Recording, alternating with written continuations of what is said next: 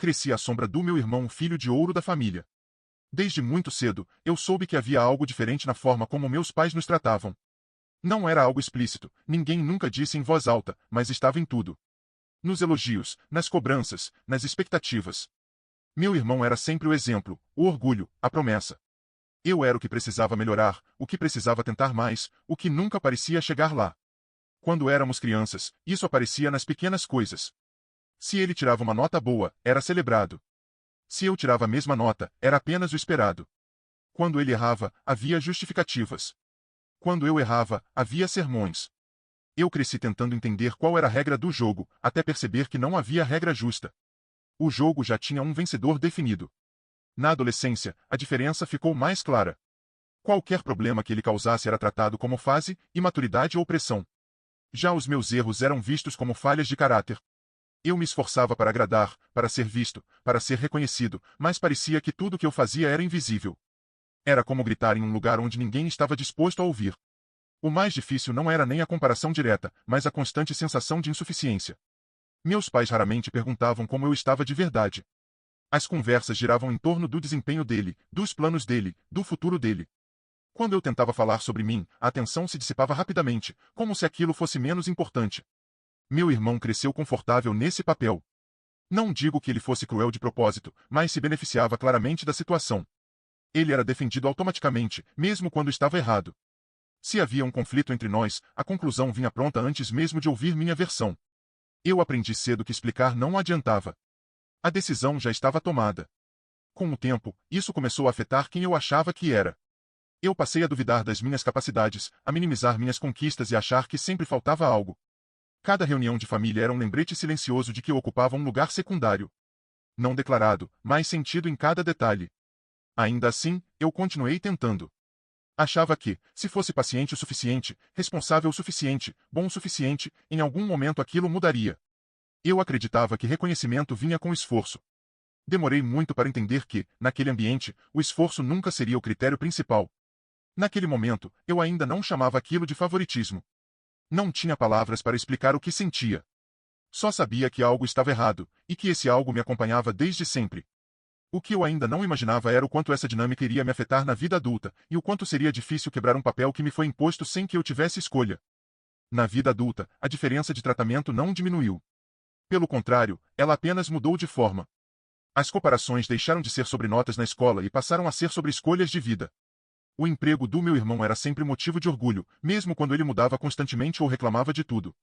O meu, mesmo estável, era tratado como algo provisório, como se eu estivesse apenas ocupando espaço enquanto algo melhor não aparecia. As decisões familiares importantes quase nunca me incluíam de verdade. Eu era informado, não consultado. Quando discordava, minha opinião era vista como exagero ou sensibilidade excessiva. Já o meu irmão podia questionar, impor condições e até criar conflitos sem sofrer consequências reais. Aquilo me deixava com a sensação constante de que eu precisava justificar minha existência, enquanto ele apenas existia.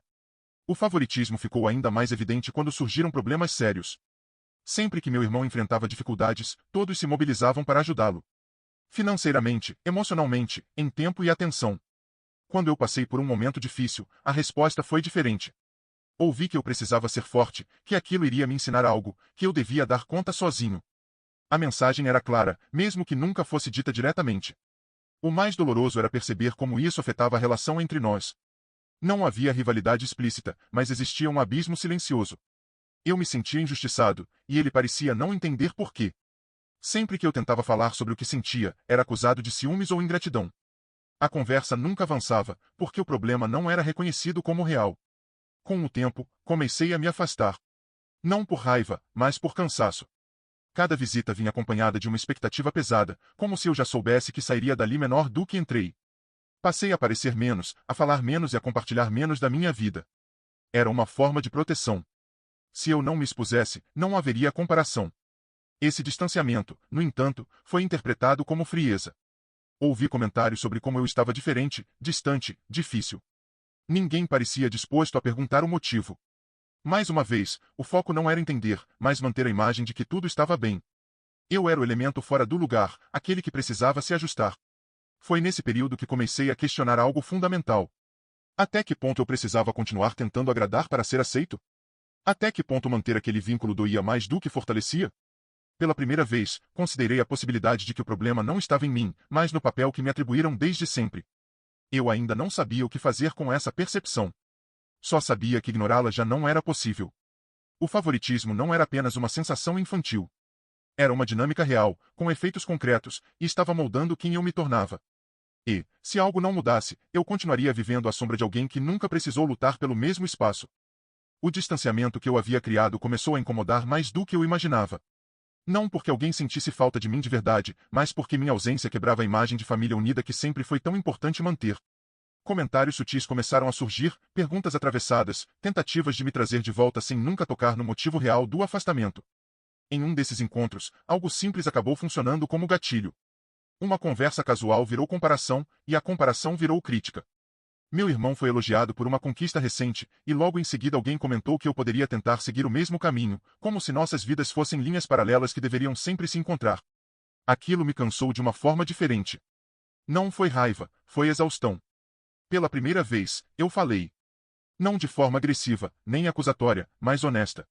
Disse que me sentia constantemente comparado, diminuído e invisível. O ambiente ficou pesado imediatamente.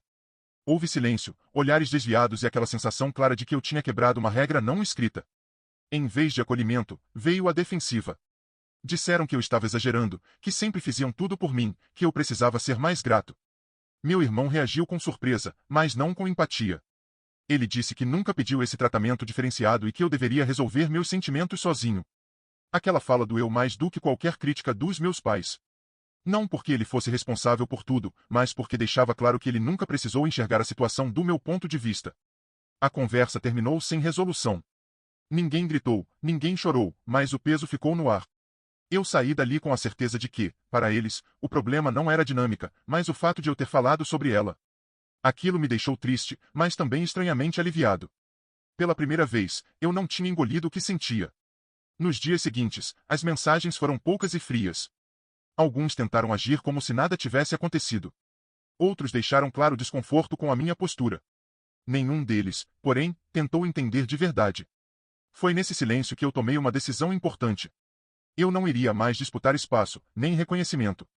Eu precisava construir uma relação comigo mesmo que não dependesse da validação daquela família. Esse entendimento mudou algo fundamental. Eu comecei a estabelecer limites, a dizer não, a escolher quando e como estar presente.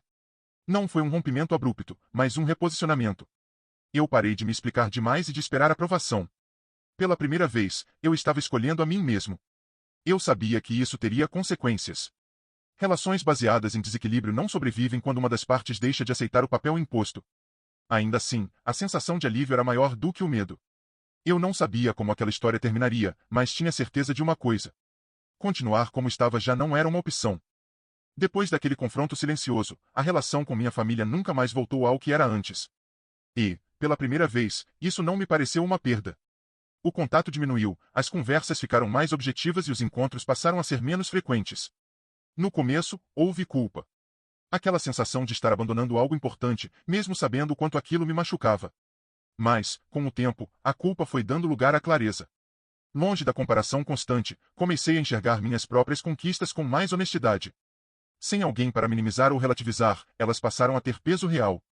Eu percebi o quanto tinha aprendido a me diminuir para caber em um espaço que nunca foi pensado para mim. Reconstruir a autoestima não foi rápido, mas foi possível. Cada pequena decisão tomada por mim, sem pedir permissão, era um passo importante. Meu irmão continuou ocupando o papel de sempre. A diferença é que eu já não orbitava mais em torno disso. Quando nos falávamos, a conversa era neutra, sem expectativa. Não havia mais disputa, porque eu tinha saído do jogo.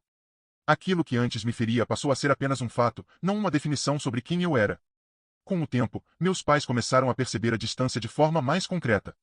Houve tentativas de aproximação, mas sem uma mudança real na dinâmica. Eu entendi que nem toda reconciliação vem acompanhada de consciência, e que aceitar isso também é uma forma de maturidade. Eu não precisava que eles admitissem o favoritismo para seguir em frente. Eu precisava apenas não viver mais sob ele. Hoje, quando penso na criança que cresceu tentando ser vista, sinto compaixão. Não raiva, não ressentimento. Apenas a compreensão de que ela fez o melhor que podia com as ferramentas que tinha. Eu honro essa parte de mim ao não repetir o padrão, ao não me colocar novamente em posições onde preciso competir por amor ou atenção. A maior mudança não foi na minha família, mas em mim. Eu aprendi que não sou menos por não ser escolhido, e que meu valor não depende do destaque que recebo. Algumas feridas não desaparecem completamente, mas deixam de controlar nossas decisões quando a gente aprende a se colocar em primeiro lugar. No fim, deixar de ser o filho invisível foi menos sobre ser reconhecido pelos outros e mais sobre finalmente me reconhecer. E isso, depois de uma vida inteira à sombra, foi a liberdade que eu nem sabia que precisava.